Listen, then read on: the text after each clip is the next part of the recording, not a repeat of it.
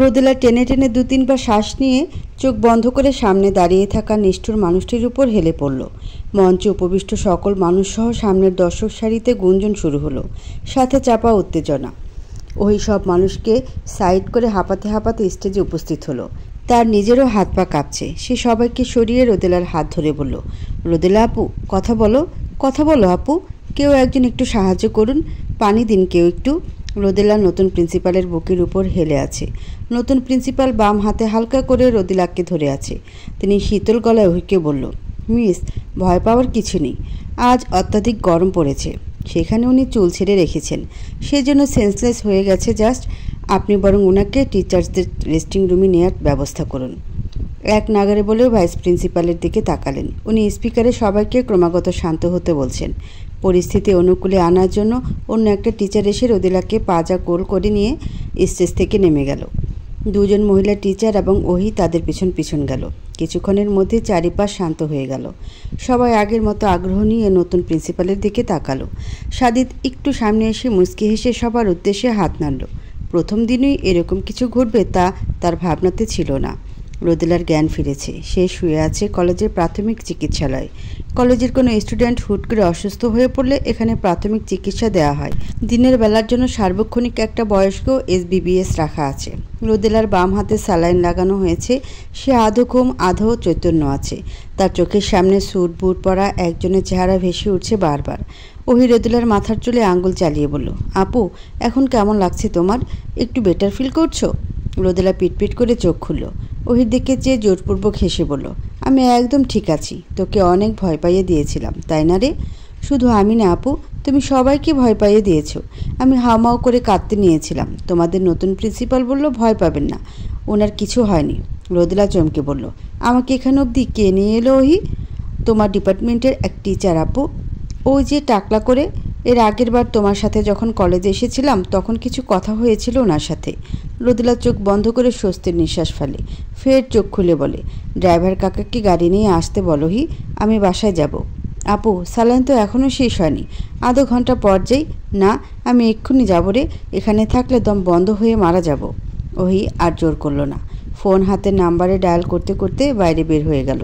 রোদেলার কানে গানের আওয়াজ ভেসে আসছে। কেউ একজন আবেগঝরা কণ্ঠে গেয়ে যাচ্ছে, আমি হব রাত আর তুই হবি চাঁদ, জ্যোৎস্নায় ঘর আমাদের, তুই হলে রোদ, আমি রংধনু হই, ছিল সে শহর আমাদের। রোদেলার চোখের কোণ বেয়ে কয়েক ফোঁটা অশ্রু বের হয়ে কানের কাছে পৌঁছায়। সে ডান হাতে মুছে বড় বড় করে শ্বাস নেয়। সাংস্কৃতিক অনুষ্ঠান শুরু হয়ে গেছে, তার মানে অনুষ্ঠান শেষের দিকে। দরজায় মৃদু টোকার আওয়াজে সেদিকে তাকায় রোদেলা। কেউ একজন শীতল পুরুষালী গলায় বলে, ভেতরে আসলাম। রোদেলা উত্তর দেওয়ার আগে সাদিত ভাইস প্রিন্সিপালকে সাথে নিয়ে ভেতরে প্রবেশ করে। রোদেলা উত্তেজিত হয়ে এক লাফে উঠে বসে। সঙ্গে সঙ্গে তার হাতের সূচে টান পড়ে রক্ত ওঠে। সাদিত দ্রুত এগিয়ে এসে রোদেলার হাতটা টান করে হুকুমের সুরে বলে, মিস রোদেলা, আপনি ব্যস্ত হবেন না, শুয়ে পড়ুন। রোদেলা শুয়ে পড়ে। তার মাথা কাজ করছে না। ওহিটা কোথায় গেল? এরা প্রিন্সিপাল মানুষ, তার সালাম দেওয়া উচিত। সে কাঁপা কাঁপা গলায় বলল, আসসালামু আলাইকুম স্যার। সাদিত উত্তর নিল না। ভাইস প্রিন্সিপাল বয়স্কা মানুষ, চুলে বহু বছর আগে পাক ধরেছে। তিনি সালামের উত্তর দিয়ে বললেন, রোদেলা, তোমাকে বহুবার বলেছি শরীরের যত্ন নেবে, তোমাকে মেয়ের মতো মনে করি, কিন্তু তুমি তো আমার একটা কথাও শোনো না। আজ তোমার গাফিলতির জন্য কি একটা পরিস্থিতির মুখোমুখি হতে হলো সবাইকে। রোদেলা নরম গলায় বলল, আমি সরি। সাদিত একটু পিছিয়ে গিয়ে বলল, মিস রোদেলা, আপনার শরীরের কন্ডিশন বেশি ভালো মনে হচ্ছে না, আপনি বরং 3 দিনের লিভ নিন।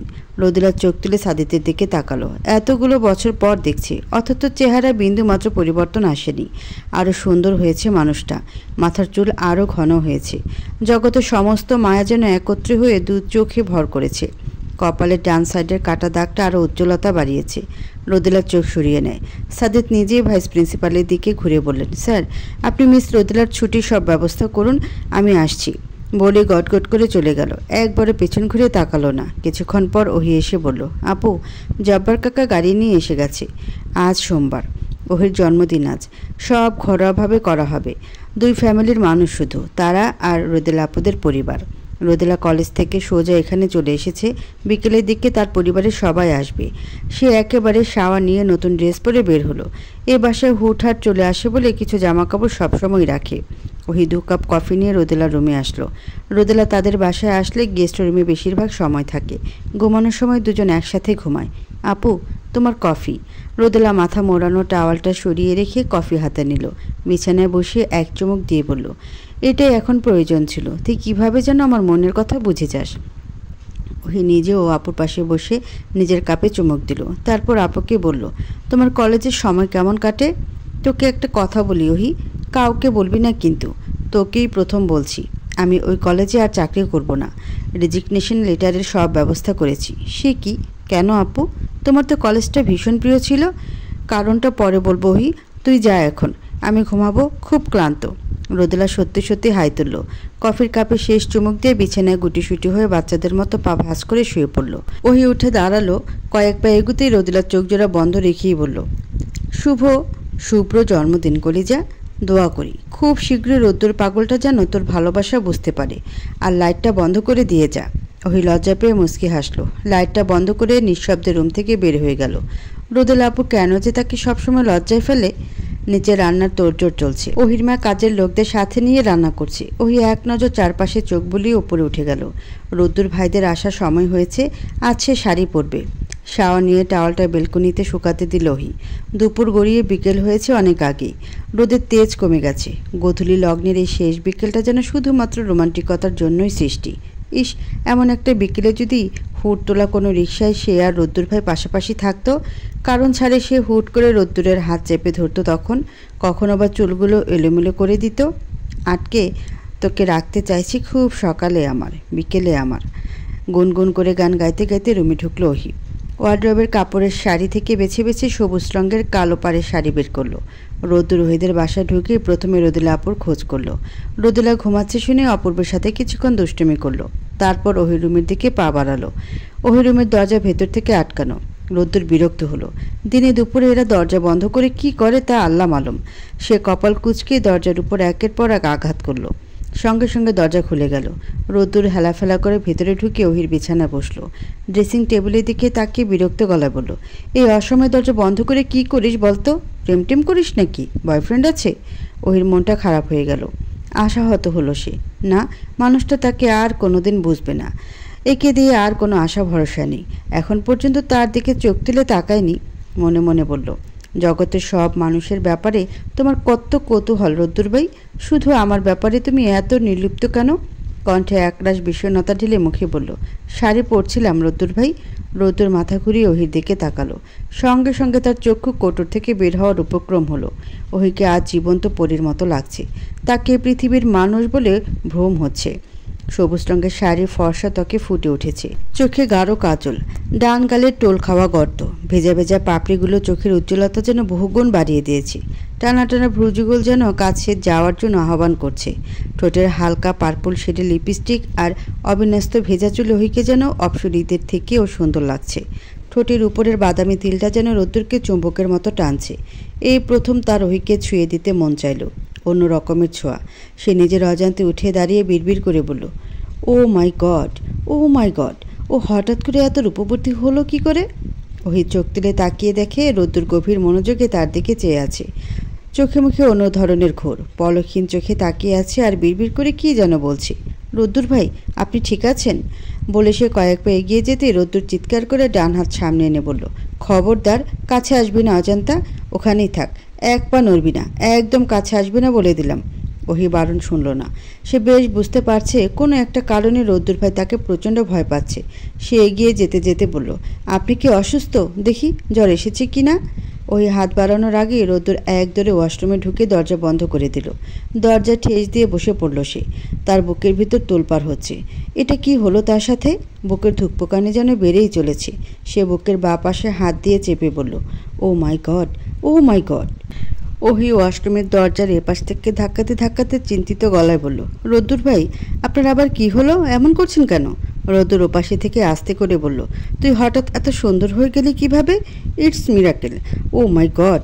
ওহি শুনতে পেল না, চেঁচিয়ে বলল, কি বলছেন? শুনতে পাচ্ছি না, জোরে বলুন। রোদ্দুর উত্তর দিল না। দরজা ধরে উঠে বেসিনের সামনে দাঁড়ালো। আয়নাতে নিজের প্রতিবিম্বের দিকে তাকাতেই হকচকিয়ে গেল। আপনা আপনি ডান হাত নিজের গালে চলে গেল। এ কি, তার গাল দুটো মেয়েদের মতো লাল হয়ে গেছে কেন? হন্তদন্ত হয়ে ট্যাপ খুলে চোখে মুখে পানি দিল। তারপর আয়নার দিকে তাকালো। কি সাংঘাতিক, লাল আভা যাচ্ছে না কেন?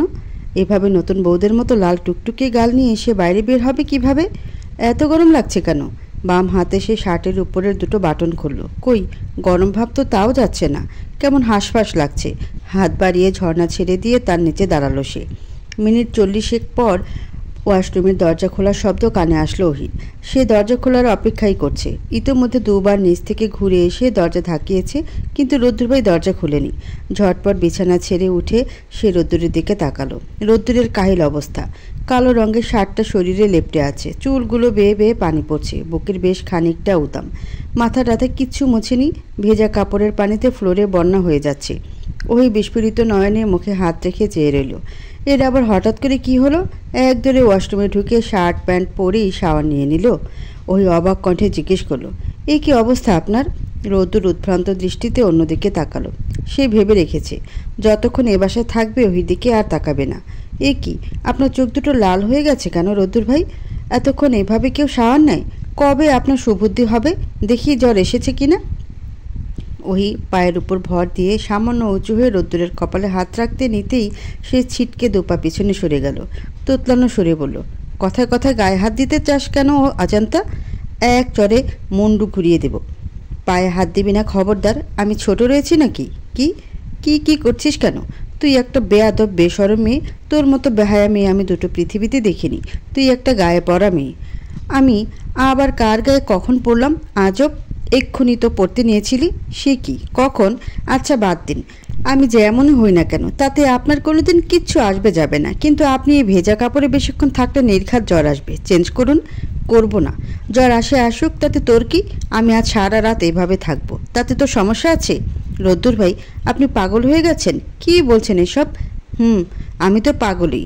আর তুই সুস্থ মানুষ হয়ে পেতনিদের মতো সাজ দিয়েছিস। তোকে দেখতে কি বিশ্রী লাগছে একটু। বলেই বড় বড় পা ফেলে বাইরে বের হয়ে গেল রোদ্দুর। আর ওই হা হয়ে তাকিয়ে রইল। এসব কি হচ্ছে চারপাশে? সন্ধ্যার পরপরই রোদ্দুরের হাড়গোড় কাঁপিয়ে জ্বর আসলো। হুট করে এভাবে জ্বর আসায় সবাই চিন্তিত। থার্মোমিটার দিয়ে মেপে দেখা গেল জ্বর 104 ডিগ্রির কাছাকাছি। ডিনারের আগে বেলুন ফুটিয়ে স্প্রে করে ওহি তার 22তম জন্মদিনের কেক কাটল। রোদ্দুর উপস্থিত রইল না তাতে। সবাই যার যার মতো উইশ করলো, কিন্তু কোথায় যেন সুর কেটে গেছে। সবাই থমকে থমকে আনমনা হয়ে যাচ্ছে। সবাই হালকা পাতলা করে ডিনার সারলো। ডিনার শেষে ঘরোয়াভাবে গানের আয়োজন করার প্ল্যান ছিল, সেটা আপাতত স্থগিত রাখা হলো। ওহির বাবা বেশ কয়েকবার ডাক্তার ডাকার কথা বলল, কিন্তু রোদ্দুর বেগ ধরেছে। পৃথিবীর পাখা গজিয়ে ওরা শুরু করলেও সে ডাক্তার দেখাবে না। তার নাকি কঠিন অসুখ হয়েছে, এই অসুখ ডাক্তারে সারবে না। পরে কেউ আর জোর করেনি। রাতের বেলা ওহির মা শাহানা জোর করে রোদ্দুরকে স্যুপ করে খাওয়ালো, তারপর মেডিসিন খাইয়ে দিল। রোদ্দুর খালার হাত ধরে বলল, খালা, আমার কঠিন অসুখ হয়েছে, আমি হয়তো মরে যাব। শাহানা রোদ্দুরের মাথায় হাত বুলিয়ে বলল, বাবা, এসব বলতে হয় না, তোমার কিচ্ছু হবে না। এই যে ওষুধ খাইয়ে দিলাম, কিছুক্ষণের মধ্যে জ্বর থাকবে না। তুই ঘুমাতো। খালা, আমার হুট করে কী যেন হয়ে গেছে, আমাকে নিশ্চিত পড়ি থুকু জিনে ভর করেছে। তুমি বরং কাল সকালে কবিরাজ ডেকে ঝাড়ফুঁকের ব্যবস্থা করো। আচ্ছা ঠিক আছে, সকালে দেখা যাবে, তুই ঘুমা এখন। রোদ্দুর সঙ্গে সঙ্গে চোখ বন্ধ করলো। হঠাৎ মনে পড়লো চোখ বন্ধ রেখেই বলল, খালা, খেয়াল রেখো কোনো পরিটুরি যেন রুমের ভিতরে না ঢুকে। এ বাসায় আর আসা যাবে না। হুট করে চোখের পলকে আমার ফুস করে ধরে পরিস্থানে নিয়ে যাবে। ফুস। শাহানার বড্ড মায়া হলো। তিনি 3 বার আয়াতুল কুরসি পড়ে রোদ্দুরের মাথায় ফু দিল। ছেলেটা জ্বরের ঘরে আবল তাবল বকছে। আহারে। ওই দরজায় হালকা শব্দ করে ভেতরে ঢুকলো। ছোটবেলা থেকে তার অভ্যাস হয়ে গেছে অন্য রুমে প্রবেশ করার আগে মৃদু শব্দ করা। সে অলরেডি ড্রেস চেঞ্জ করে ফেলেছে। কফি কালারের সুতির 3 পিস গায়ে, ওড়নাটা ভালো করে গায়ে জড়িয়ে এগিয়ে আসলো। রোদ্দুরের দিকে চেয়ে শাহানাকে বলল, রোদ্দুর ভাইয়ের সাথে ঘুমাবে কে মা? শাহানা বেশ স্বাভাবিক গলায় বলল, কেন, কেউ না ঘুমালে তুই ঘুমাবি নাকি? মা, তুমিও কি রোদ্দুর ভাইয়ের মতো পাগল হয়ে গেলে? এই, আমাকে একদম পাগল বলবি না। তোর বাপের থেকে শিক্ষা পেয়েছিস না? দিনের ভেতর 1000 বার নিজে পাগল বলে শান্তি পায় না, এখন মেয়েকে দিয়েও বলাবে? এরকম হলে কিন্তু আমি এ বাড়ি থাকবো না, আগেই বলে রাখলাম। মা, চেঁচামেচি করবে না প্লিজ। বাবা গরম জল চাচ্ছে, দিয়ে আসো, আমি এখানে আছি। দাঁড়া, গরম জল এখন তোর বাপের পাছায় ঢালবো। আমি দাসী পেয়েছি, 24 ঘন্টা হুকুম করবে? মা, কী সব ভাষা ইউজ করছো? রোদ্দুর ভাই আছে এখানে, থাকুক। তোর বাপ কি করেছে জানিস? গতকাল রাতে একটু বলেছিলাম, ওগো টেবিল থেকে 1 গ্লাস পানি দাও তো। আমায় বলে কি জানিস? বলে উঠে গিয়ে খেয়ে নাও। নড়াচড়া না করে তো শুধু ভুঁড়ি বাড়াচ্ছ, কি বজ্জাত দেখেছিস? ওহি দীর্ঘশ্বাস ফেলে বলল, হ্যাঁ দেখলাম, তুমি এখন যাও তো মা। শাহানা অনিচ্ছা নিয়ে চলে গেল। ওহি একটা চেয়ার টেনে রোদ্দুরের শিয়রের পাশে বসলো। রোদ্দুর এখন অপূর্ব রুমে শুয়েছে। অপূর্বকে আশেপাশে দেখা যাচ্ছে না। অন্য রুমে ঘুমিয়ে গেল নাকি? রোদ্দুর ঘুমাচ্ছে, মুখটা পাণ্ডুর মতো ফ্যাকাশে হয়ে গেছে। ওহি ডান হাতটা হালকা করে রোদ্দুরের কপালে রাখতেই চমকে গেল। গা তো জ্বরে পুড়ে যাচ্ছে, মেডিসিন খাওয়ার পরেও কমছে না কেন? ছেলেটা কি যে করে না, কি দরকার ছিল অতক্ষণ ভেজার? বাটিতে অল্প পানি নিয়ে তাতে এক টুকরো কাপড় ভিজিয়ে রোদ্দুরের কপালে দিল। রোদ্দুর ঘুমের ঘরে শিউরে উঠল। রোদ্দুর ঘুমের ঘরে বিড়বিড় করে কিছু একটা বলল। ওই কান পেতেও তা বুঝতে পারল না। ভোরবেলা ঘুম ভাঙতেই নিজের মাথা চেপে ধরল রোদ্দুর। মাথার ভেতর কেমন ফাঁকা ফাঁকা লাগছে। বিছানায় উঠে বসে পাশে তাকালো। পাশে কেউ নেই। সে বেলকনির কাচের ফোকর দিয়ে বাইরে দৃষ্টি মেলল। সূর্য এখনও ওঠেনি। রোদ্দুর ঘেমে একাকার হয়ে গেছে। গায়ের তাপমাত্রা স্বাভাবিক একদম। সে স্বস্তির নিঃশ্বাস ফেলে। হুট করে তার মাথায় অস্পষ্ট একটা দৃশ্য ভেসে ওঠে। রাতের বেলা সে যখন ঘুমিয়েছিল তখন ওহি তার দিকে ঝুঁকে কিছু একটা করছিল। হ্যাঁ, তার সারা মুখে এলোপাতাড়ি চুমু খেয়েছি। কি সাংঘাতিক! রোদ্দুর এক টানে গায়ের উপর থেকে কম্বল সরিয়ে ওহি রুমের দিকে পা বাড়ালো। ওহিকে আজ উচিত শিক্ষা দিতে হবে। তার ঘুমের সুযোগ নিয়ে ওহি রুমের দরজা খোলা। রোদ্দুর ভেতরে ঢুকে চারিদিকে তাকালো। ওহি রুমে নেই। সে তবুও চেঁচিয়ে বলল, অজান্তা, সাহস থাকলে সামনে আয়। আমার জ্বরের সুযোগ নিয়ে চুমু খাওয়া? তোর চুমুর আমি দফা রফা না করলে আমার নামও রোদ্দুর হিম নয়। তোর কলিজা কত বড় আমি সেটা আজ দেখিয়েই ছাড়বো। বের হ, বের হ বলছি। ও ওয়াশরুমের দরজা খুলে রোদেলা বের হলো। তার চোখে মুখে পানি, কপাল কুঁচকে বলল, এত ভোরে চিল্লাফালা করছিস কেন রোদ্দুর? তোর কবে যে জ্ঞান হবে? ছাড়। কি যেন বলছিলি? ওই তোকে চুমুটুমু খেয়েছে না কি যেন? রোদ্দুর মেয়ে গেল।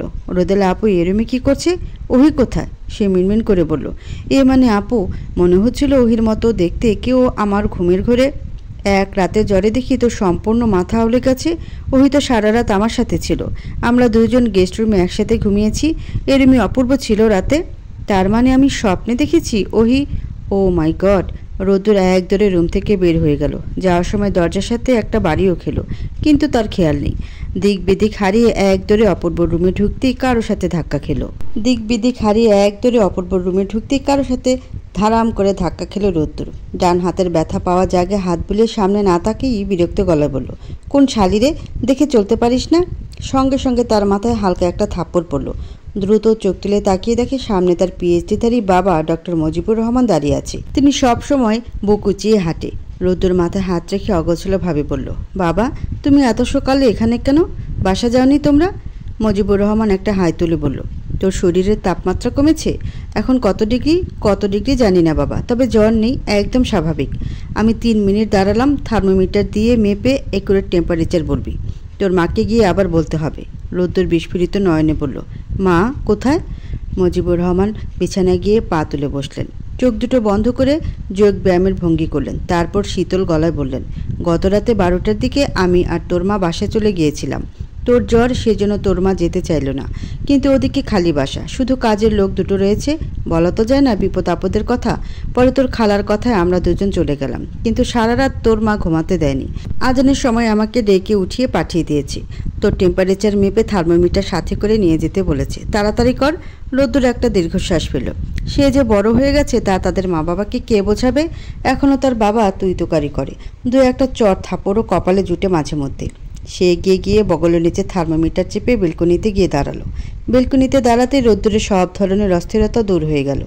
বাইরের হিম শীতল বাতাসে পুরো ভেতর বাহির শীতল হয়ে গেল। চারিদিকে ফর্সা হয়ে গেছে, তবে সূর্য এখনও ওঠেনি।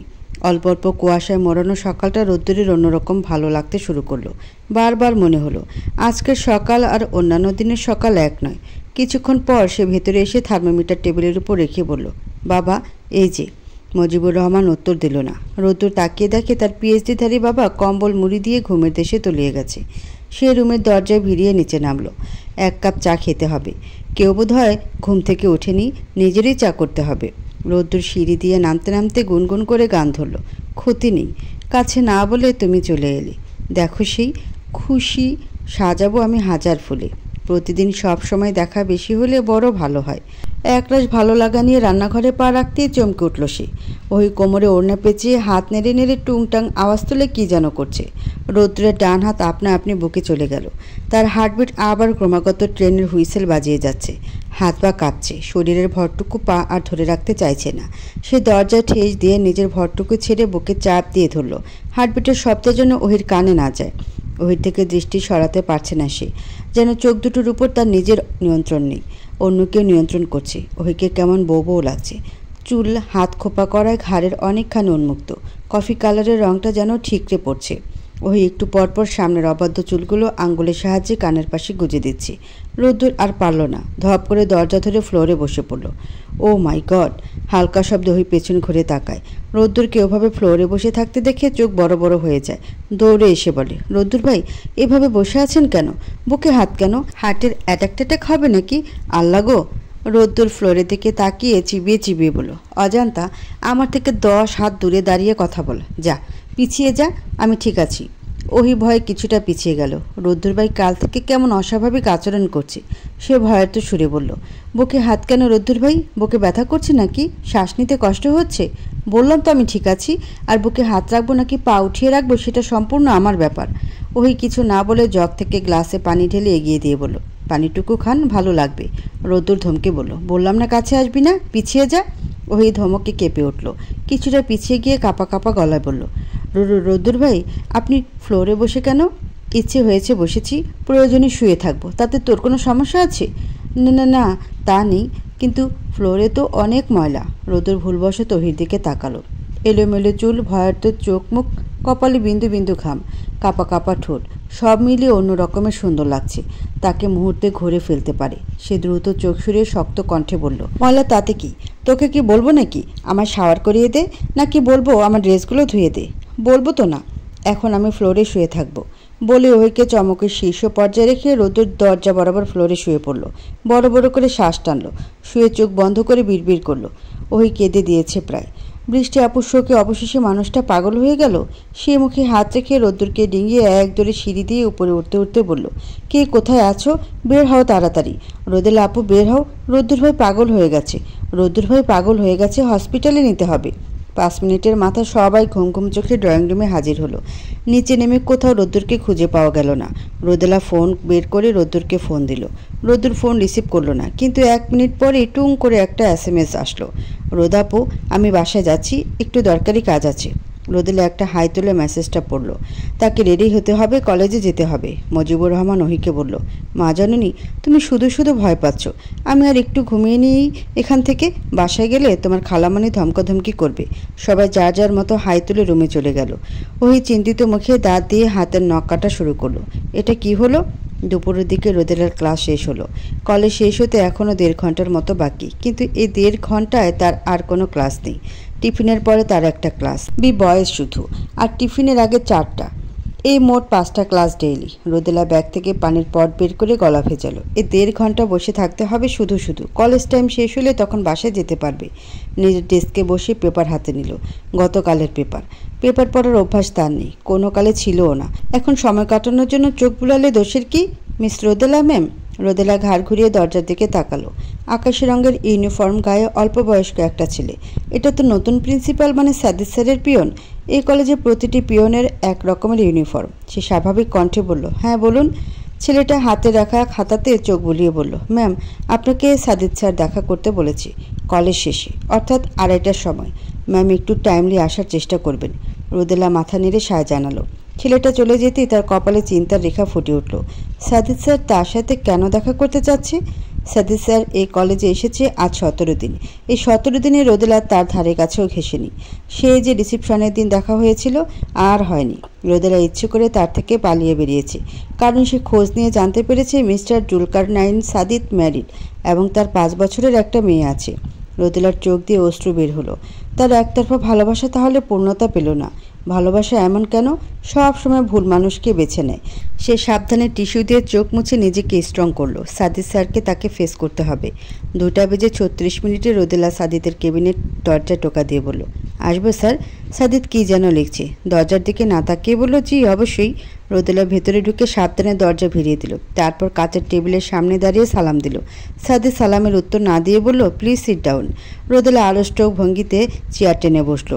কেবিনটা এসি করা, তার শীত শীত লাগছে। গায়ের ওড়না দিয়ে হাতের ফাঁকা অংশ ঢেকে ফেলল সে। সাদিদ প্রথমবার চোখ তুলে তাকালো, স্ট্রেট বলল, মিস রোদেলা জান্নাত রাইট? আমার জানা মতে আপনার কলেজ ছুটির আগে কোনো ক্লাস ছিল না, কিন্তু আপনি 6 মিনিট লেট করে কেবিনে ঢুকলেন। রোদেলা উত্তর দিল না, এক নজর সাদিদের দিকে তাকালো। সাদিদ আজ কালো ফ্রেমের চশমা পরেছে, কি সুন্দর জ্ঞানী মানুষদের মতো লাগছে। মিস রোদেলা জান্নাত, আপনি কি কারণে কলেজ ছাড়তে চাচ্ছেন? কোনো কারণ নেই স্যার। এটা বললে তো হবে না, আপনাকে প্রপার কজ দেখিয়ে কলেজ ছাড়তে হবে, কারণ এতে কলেজের মানোন্নয়নে আমরা সোচ্চার হব। আপনার মন চাইলো আর আপনি জয়েন করলেন, আবার মন চাইলো না তো রেজিগনেশন নিয়ে নিলেন। এটা হবে না স্যার। আমি মন মর্জি কলেজে ঢুকিনি, এক্সাম দিয়ে ভাইবা দিয়ে 2টো ডেমো ক্লাস করিয়ে চাকরি পেয়েছিলাম, এখন আর করতে চাই না। সাদিদ চশমার কাচ পরিষ্কার করে আবার চোখে পড়লেন। তারপর শুকনো দৃষ্টিতে রোদেলার দিকে চেয়ে বলেন, মিস আপনাকে কি আমি চিনি? রোদেলা যেন জানতো যে সাদিদ স্যার এই প্রশ্নটা করবে। সে স্বাভাবিকভাবে বলল, জি না। কেন জানি আপনার চেহারাটি একটু পরিচিত মনে হয়।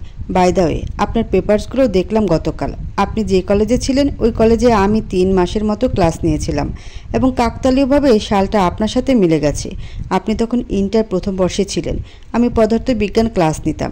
আপনার কিছু মনে পড়ে? না স্যার, মনে পড়ে না। আপনি হয়তো অন্য সেকশনে ক্লাস নিয়েছিলেন। তারপর কয়েক মিনিট দুজনে চুপ। সাদিদ ঘোর ভেঙে বলল, মিস রোদেলা আপনি আসতে পারেন।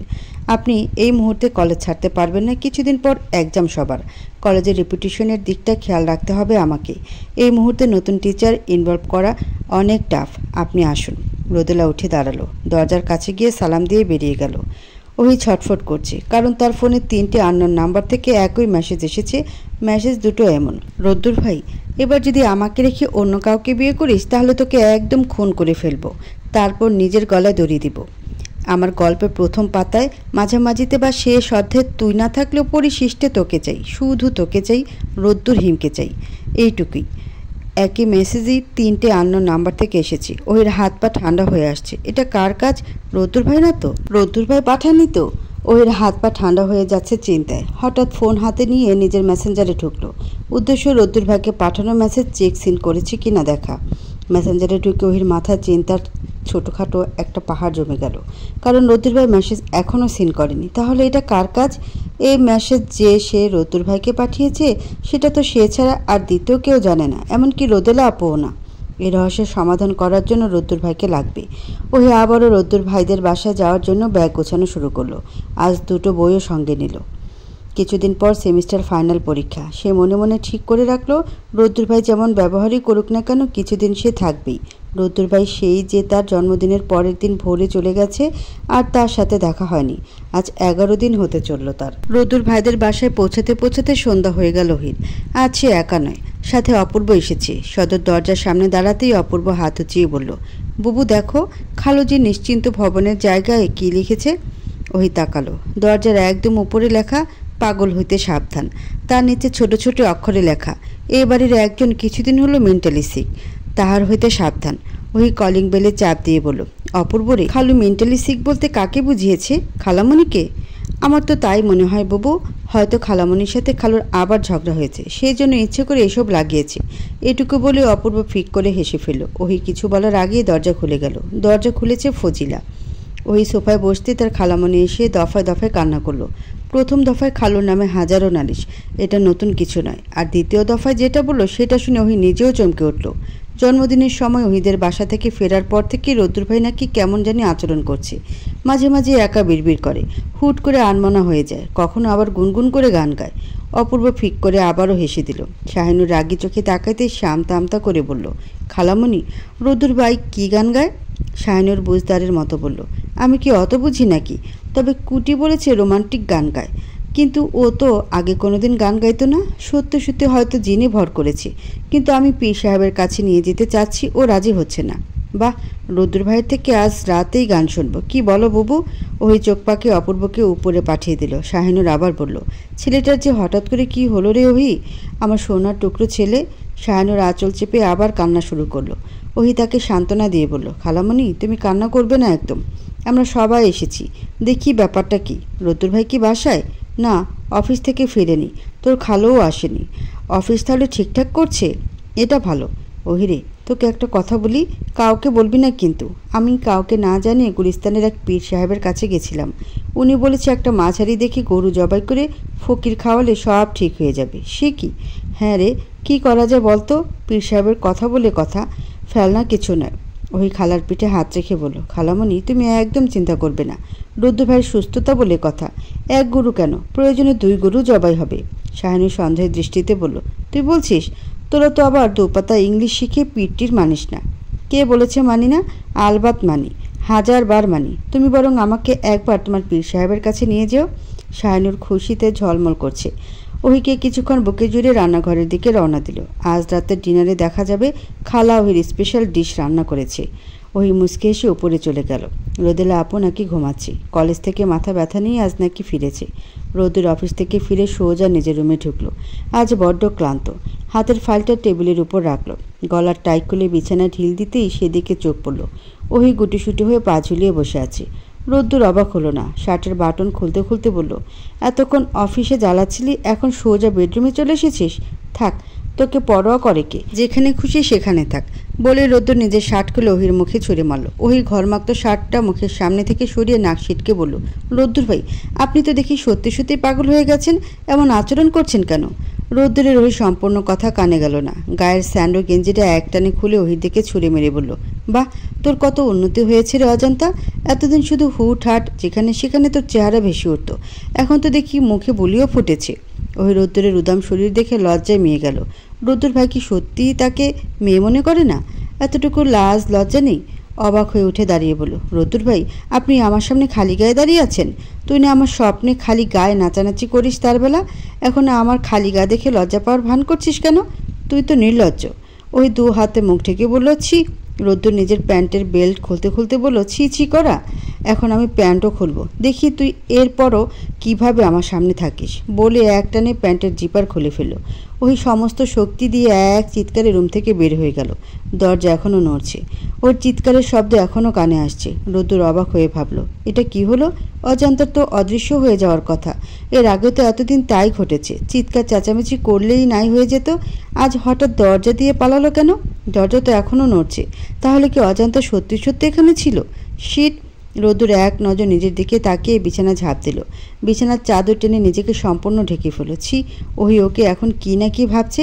ওহিকে এখন মুখ দেখাবে কি করে? এখন নিচে থেকে চেঁচামেচির আওয়াজ আসছে। রোদ্দুর বিছানা থেকে উঠে দাঁড়ালো। চোখে মুখে হালকা পানি ছিটিয়ে বের হলো। হাতের কাছে রাখা ফুল হাতা টি শার্টটা গায়ে দিয়ে ড্রেসিং টেবিলের সামনে দাঁড়ালো। মুখের দিকে ভালো করে এক নজর দেখে নিচের দিকে তাকালো। না, প্যান্টের জিপার লাগানো আছে। তারপর বেশ স্বাভাবিকভাবে নিচে নামলো। ড্রয়িং রুমে ভিড় জমে গেছে। ওহিকে ঘিরে ছোটোখাটো একটা জটলা। পিএইচডিধারী থেকে শুরু করে পড়াশোনার না জানা সবাই। সবার মাঝে সোফা শাহিনুরকে জড়িয়ে অনবরত চোখের জল ফেলছে ওহি। রোদেলা এক পাশ থেকে ওহির পিঠে হাত বোলাচ্ছে। রোদ্দুর কাছে গিয়ে কপাল কুঁচকে বলল, এখানে কিসের জটলা? কেউ উত্তর দিল না।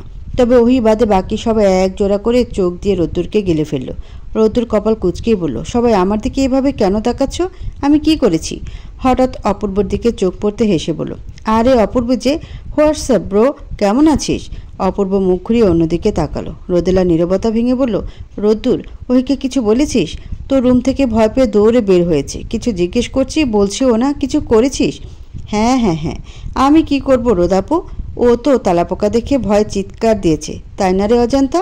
অজান্তা কিছু বলল না। রোদেলা বলল, রোদ্দুর, আমি জানি ওই তালাপোকা ভয় পায় না। তাছাড়া ও প্রাণী বিজ্ঞান নিয়ে পড়াশোনা করছে। 2 দিন পর পর জীবন্ত তালাপোকা কাটে।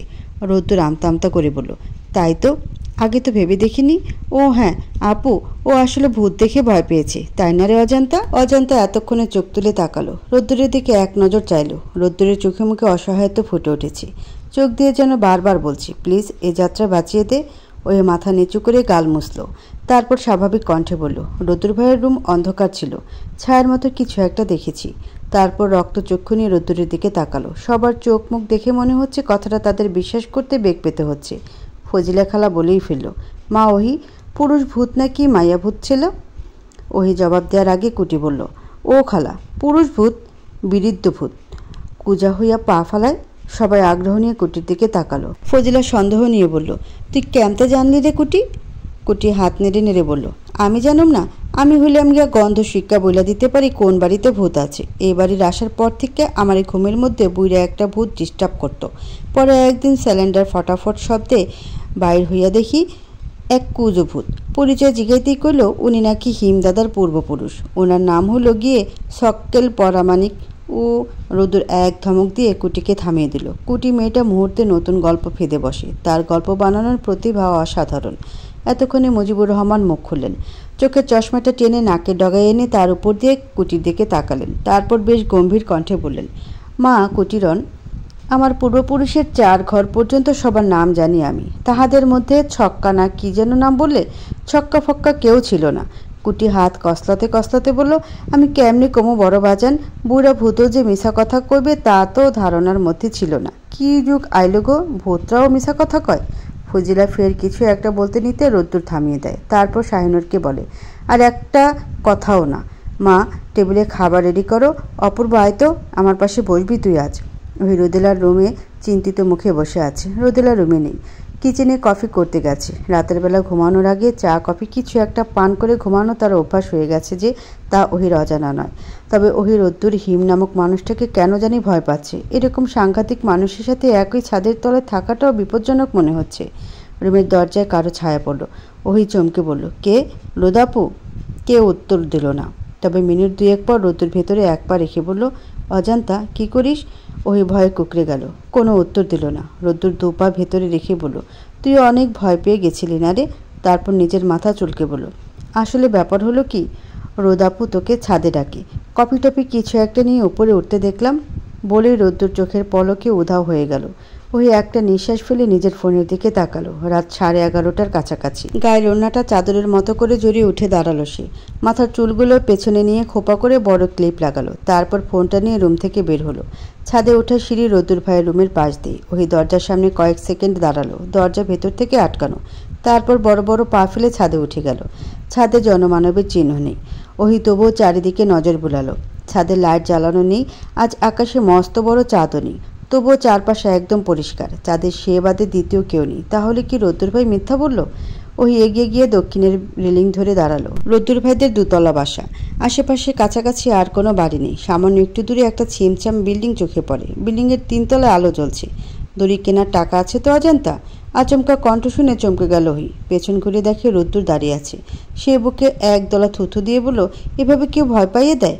রোদ্দুর বিড়বিড় করে বলল, তুই যে ভূতের মতো যেখানে সেখানে উদয় হস তার বেলা? সে এগিয়ে এসে ওহির থেকে কয়েক হাত দূরত্ব বজায় রেখে রেলিংয়ে হাত রেখে দাঁড়ায়। সামনের দিকে তাকিয়ে বলে, তুই বল, দড়ি কেনার টাকা আছে তো? ওই কৌতূহল নিয়ে প্রশ্ন করে, কিসের দড়ি? দড়ি কিনবো কেন? তুই তো সেকেন্ডে সেকেন্ডে ভালোই ভং ধরতে পারিস। তোকে নিয়ে সংসার করতে গেলে তো মুসিবতে পড়তে হবে রে। কী সব বলছেন রোদ্দুর ভাই? রোদ্দুর ভাই, তুই যদি এবার আমাকে রেখে অন্য কাউকে বিয়ে করিস তাহলে তোকে একদম খুন করে ফেলবো। তারপর নিজের গলায় দড়ি দিব। তাই বললাম, দড়ি টড়ি কিনে রাখিস আগে থেকেই। আমি কিছুদিন পর অন্য একজনকে বিয়ে করছি। এটুকুই বলে রোদ্দুর হাই তুলল। ওহির কাঁপাকাঁপি অবস্থা। রোদ্দুর ভাই এসব জানলো কি করে? মেসেজ তো সিন করেনি। তাহলে কোনোভাবে কি তাহলে তার ফোন থেকেই দেখেছে? দেখিও এত নির্লিপ্ত কেন? এতক্ষণে তো কানের নিচে 2টা দেওয়ার কথা। তার মানে আননোন নাম্বার থেকে যে মেসেজগুলো পাঠানো হয়েছিল সেগুলো রোদ্দুর ভাইয়ের নাম্বার। ওই আর চিন্তা করতে পারছে না। ধপ করে নিচে বসে পড়ল। রোদ্দুর 2 পা এগিয়ে এসে স্বাভাবিকভাবে বলল, তাহলে দড়ি কিনে রাখিস। টাকা না থাকলে আমার থেকে নিস, পরে শোধ করে দিবি। যা, ভুলেই গেছিলাম, তুই উপরে চলে গেলে টাকা শোধ করবে কে? আচ্ছা যা, আমি দড়ি কেনার টাকাটা ফিতরে হিসেবে দিব। ওই অনেক কষ্টেও চোখের জল আটকাতে পারল না। তার ফিলিংসকে ওইভাবে হাসির খোরাক বানাচ্ছে রোদ্দুর ভাই। সে কাঁদতে কাঁদতে বলল, আপনি এত নিষ্ঠুর কেন রোদ্দুর ভাই? রোদ্দুর ওহির থেকে কিছুটা দূরে নিজেও পা ভাঁজ করে বসে পড়ল। তারপর কাট কাট গলায় বলল, তুই আমাকে ভালোবেসে কি করেছিস রে অজান্তা? কিচ্ছু করিসনি। উল্টো এমন ভাব নিয়ে চলতি যেন আমি তোর রক্তের ভাই। 3 লাইনের একটা বাক্য 3 বার করে রোদ্দুর ভাই করতি। আমার বাপেরও তো ক্ষমতা নেই তোর ফিলিংস বোঝার। শোন অজান্তা, পৃথিবীতে কেউ তোর নীরবতা বা নিঃশব্দতার পেছনের গল্প খুঁজতে যাবে না। তোর সাইলেন্সের আড়ালে লুকানো শব্দভাণ্ডার বোঝার ক্ষমতা কারণেই, তাই কাউকে কিছু বলতে চাইলে মুখ ফুটে বলতে হয়, না হলে ওই মানুষটার আড়ালে সব থেকে যায় সারা জীবন। এখন তো জানেন কি জানি, ওটা কোনটা মুখে বল, হাতে সময় নেই কিন্তু। ওই শেষমেশ বলেই ফেলল, আমি আপনাকে ভালোবাসি রোদ্দুর ভাই। রোদ্দুর সঙ্গে সঙ্গে অন্যদিকে মুখ ঘুরিয়ে তাকালো। ওহির এই একটা বাক্য তাকে হাওয়ায় ভাসিয়ে নিয়ে গেল। তার হাত পা কাঁপছে, হৃৎপিণ্ডের ধুকপুক শব্দ যেন বেড়ে চলেছে। না, আজ হয়তো অজান্তার হাতে ধরা পড়েই যাবে। মনের ভেতর অন্য ধরনের ভালো লাগা কাজ করছে। চোখের সামনে যেন হাজারো রঙের প্রজাপতি ডানা মেলে উঠছে। সে চোখ বন্ধ করলো। ওহির বুকের ভেতর দুমড়ে মুচড়ে গেল। রোদ্দুর ভাই তাহলে তাকে রিজেক্ট করবে? তাই তো, এই ভয়টাই তো এতদিন সে পেত। তার কান্নার বেগ বেড়ে গেল। কান্নার শব্দে রোদ্দুর পেছন ঘুরে তাকালো। স্বাভাবিক গলায় বলল, তোকে একটা রূপকথার গল্প শোনায় অজান্তা, কান্না থামিয়ে শোন। এক দেশে ছিল এক রাজকুমার। রাজকুমার ছোটবেলা থেকে একটু রাগী ছিল, হুটহাট রেগে যেত। সেই জন্য তার তেমন বন্ধু মানুষও ছিল না। বড় হওয়ার পর সেই দেশের এক দাসী মেয়ে রাজকুমারকে প্রেমের প্রস্তাব পাঠায়। রাজকুমার বহু মানুষের সামনে মেয়েটাকে কিছু একটা কথা বলে রিজেক্ট করে। দাসী মেয়েটা পণ করে, যে করেই হোক রাজকুমারকে কষ্ট দিতে হবে।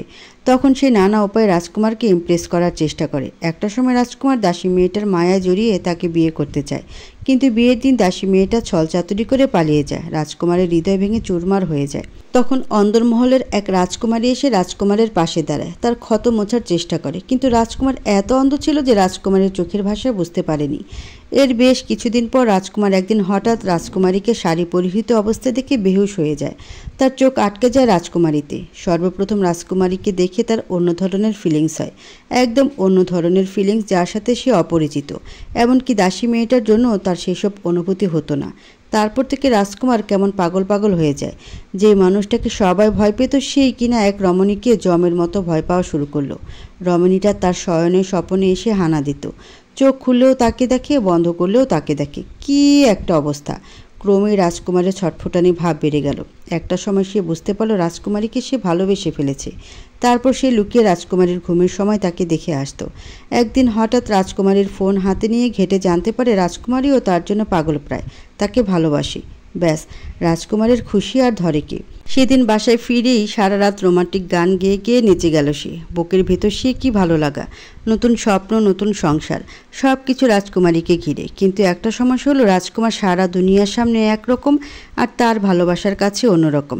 সে পৃথিবীতে রাজকুমারীকে ভীষণ ভয় পায়। তাকে ছুঁয়ে দিতে ভয়, জড়িয়ে ধরতে ভয়, হাতে হাত রাখতে ভয়, সব কিছুতে শুধু ভয় আর ভয়। রোদ্দুর মুখ ঘুরিয়ে আবার অন্যদিকে তাকালো। ওহির কান্না অনেক আগেই থেমে গেছে। সে কেমন ঘোরের মধ্যে চলে গেছে যেন। নিজের কানকে বিশ্বাস করতে কষ্ট হচ্ছে। রোদ্দুর ভাইও তাকে ভালোবাসে। রোদ্দুর ভাইয়ের তাকে ছুতে ভয় থাকলেও তার তো নেই। সে এক লাফিয়ে উঠে রোদ্দুরের সামনে গিয়ে তাকে জড়িয়ে ধরে কান্না করে দিল। রোদ্দুর চোখ বন্ধ করলো। তার হাত পা মেয়েদের মতো কাঁপছে। এর আগেও একবার না দুবার ওহিকে জড়িয়ে ধরেছে সে, কিন্তু এমন অদ্ভুত অনুভূতি হয়নি। অনেকক্ষণ পর ওহি রোদ্দুরের বুকে মাথা রেখে অবাক হয়ে বলল, আপনার হার্টবিট এত বেড়ে গেছে কেন রোদ্দুর ভাই? কেমন ধারাম ধারাম শব্দ হচ্ছে। আমার মাথাও যেন ঠেলে সরিয়ে দিতে চাইছে। রোদ্দুর এক ঝটকা ওহিকে সরিয়ে উঠে দাঁড়ালো। তার গাল কান আবার লাল হয়ে গেছে। ওহি দেখতে পেলে নিশ্চিত খেপাবে। সে পা বাড়িয়ে বলল, এক চর খাবি উল্টাপাল্টা কথা বলা, চল নিচে যাই। ওহি পেছনে থেকে রোদ্দুরের ডান হাত টেনে ধরে বলল, এত তাড়াতাড়ি যাবেন রোদ্দুর ভাই? কত প্রতীক্ষার পর আপনাকে পেলাম। তো আর কি করতে চাস? জড়িয়ে ধরলি নির্লজ্জের মতো, তাতে হলো না? ওহি মুখ টিপে হাসছে। সে বেশ বুঝতে পারছে দাবার চাল উল্টে গেছে। এতদিন সে রোদ্দুরকে ভয় পেত, এখন রোদ্দুর তাকে ভয় পায়, তার কাছে যাওয়াতে ভয় পায়। ওহি রোদ্দুরের হাত ধরেই তার সামনে গেল। পায়ের উপর ভর দিয়ে উঁচু হয়ে বলল, চুমু খাবো। রোদ্দুর ছিটকে পেছনে সরে গেল। ও মাই গড, কি সাংঘাতিক! তুই যা তো অজান্তা। যাব না, চুমু দিবেন তারপর যাব।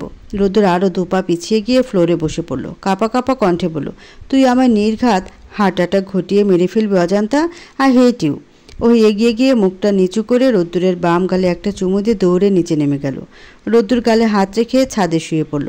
এই মেয়েটা নিশ্চিত তার পৃথিবী ওলটপালট করে দিবে।